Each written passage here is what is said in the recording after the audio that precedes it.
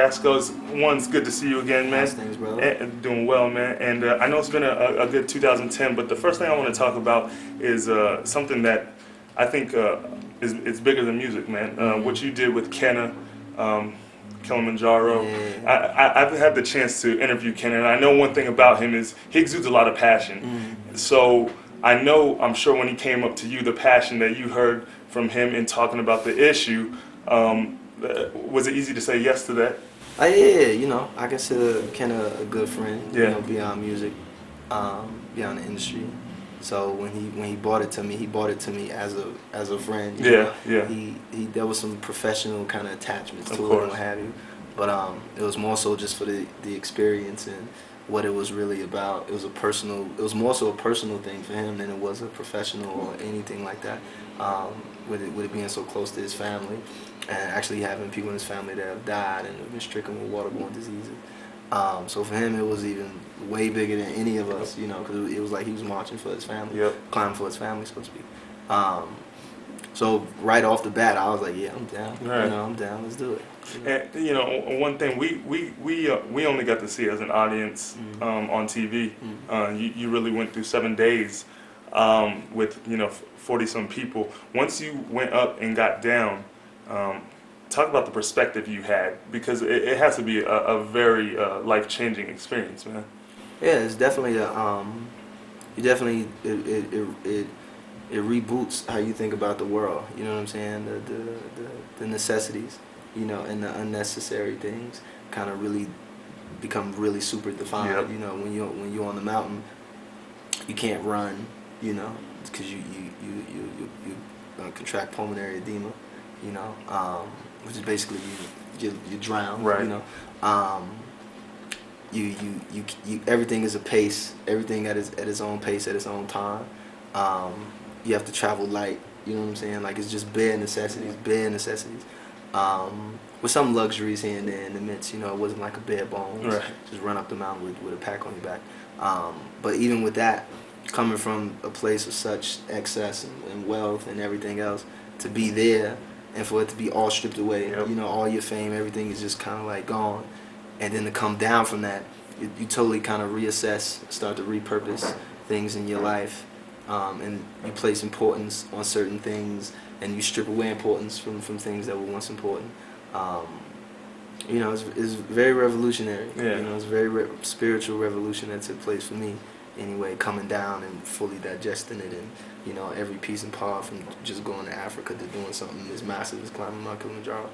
It was a fulfilling spiritual experience. And I gotta say, man, as a viewer, man, I applaud all of you, because you guys have a platform, and you guys used it in a positive way, man. So big congrats to you, Ken, and everybody who did that for that cause. Of course. 3 years, man, about 3 years since the last album, The Cool, and it's funny because 3 years, but you still always stay. You're always around. You're still always touring, man. Off an album 3 years ago. I think it's very incredible. But now it's time for this album. How are you different from 3 years ago? Musically. I don't know. Within that 3 years, there was a lot of touring that took place.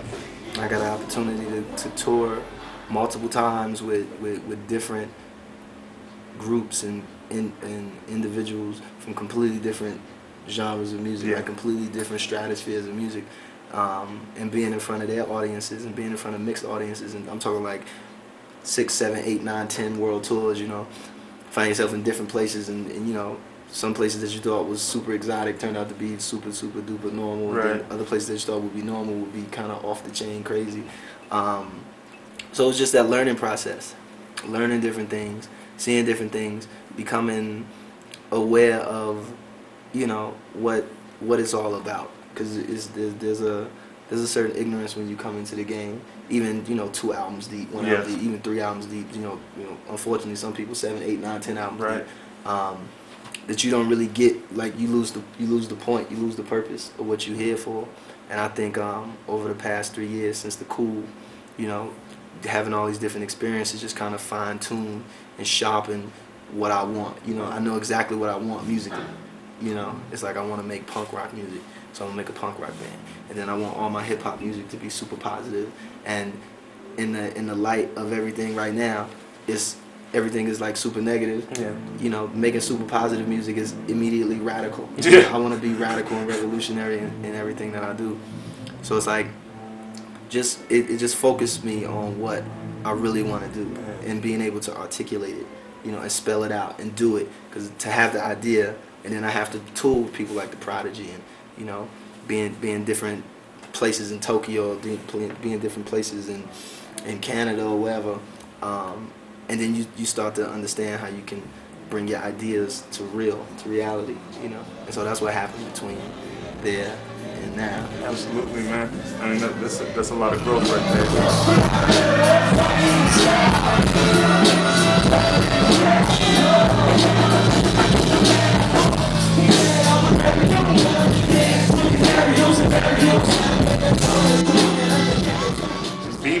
Beaming the video.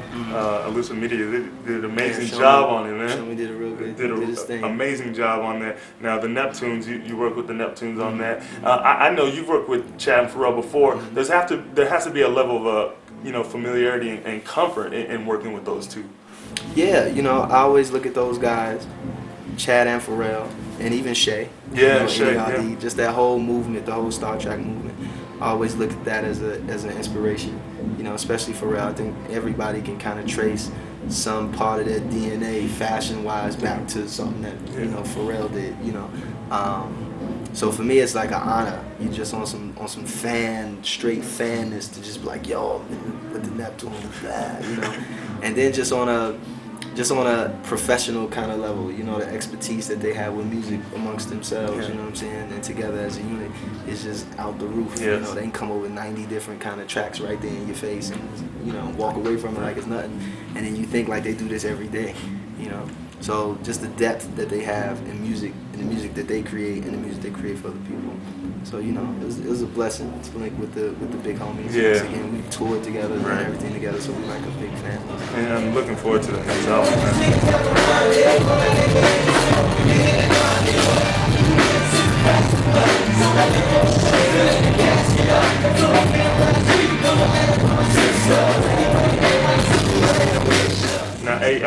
Now you talk about touring, but you're on tour, you know, for this album. And how's the you know, people? I mean, this is a very highly anticipated album, so people want to hear the music. How have the fans responded, man? Oh man, lovely. Yeah. You know, we started the tour. It's the Step and Laser tour. Yeah. We started it in Australia and New Zealand, to be specific. It's a different country, New Zealand, and then Australia, and then the U.S. And it was crazy. You know, the first inception of the first performance in New Zealand, we was on Maori tribal land, and they did a whole ceremony welcoming us to the land as warriors and everything. And then we went and did the show, you know. And every song was just like an immediate reaction with the fans. It was like, wow. It was brand new, you never heard that before, but it was just like blown away. And we kind of had that same experience touring through Australia, you know, doing different songs off the new album, different versions, live versions, and different stuff like that, and little teasers off the record, off lasers. And kids liked it, you know. And when we got back to the States, you know, a lot of that enthusiasm, I guess they seen it, YouTube and all that stuff, and they seen the enthusiasm, people was charged up. So we'll go to certain cities, like Houston, you know, and we'll like, okay, we're gonna do this new song, we're gonna do State Run Radio, and kids will know the song, you know what I'm saying? And they only heard it on YouTube, just watching on the live show, you know what I'm saying? You'll hear 6 or 7 kids like, you must be, you know. So it's like, that's gotta be a crazy feeling for you. Yeah, to know it's kids out there who follow me like that, who stay on trail with me like that is pretty ill. So people have been vibing with it a lot. And that was the purpose of this tour. It wasn't nothing to come and like make a ton of mad noise and sell out arenas and stuff like that. It was just kind of like a comeback, introduce kids to the new music, light, soft, you know, this is what it is for the, now wait till the album comes out. Absolutely.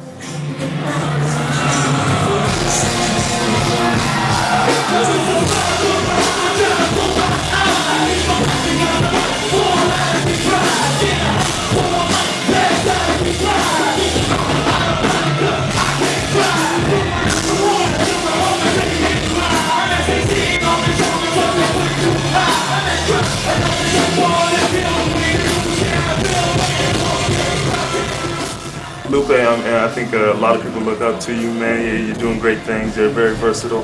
And is there anything you want to say to so many people who love you out there, your fans who love your music, man? Before we, I appreciate the love thus far. Everybody that came out on the Stepping Laser tour. Who I think next we're trying to do the UK. Yeah. We're just gonna go hit the rest of the world, so be on the lookout for that. Album's coming soon. Be on the lookout for that. And I guess the only lesson would be to just that's a real concrete kind of thing to carry with you. Is know what you want. If you know what you want, trust me, your life will become so much easier, so much simpler. All the stuff, all the extra stuff would just kind of fade to the background because you know exactly what you want. So, know what you want.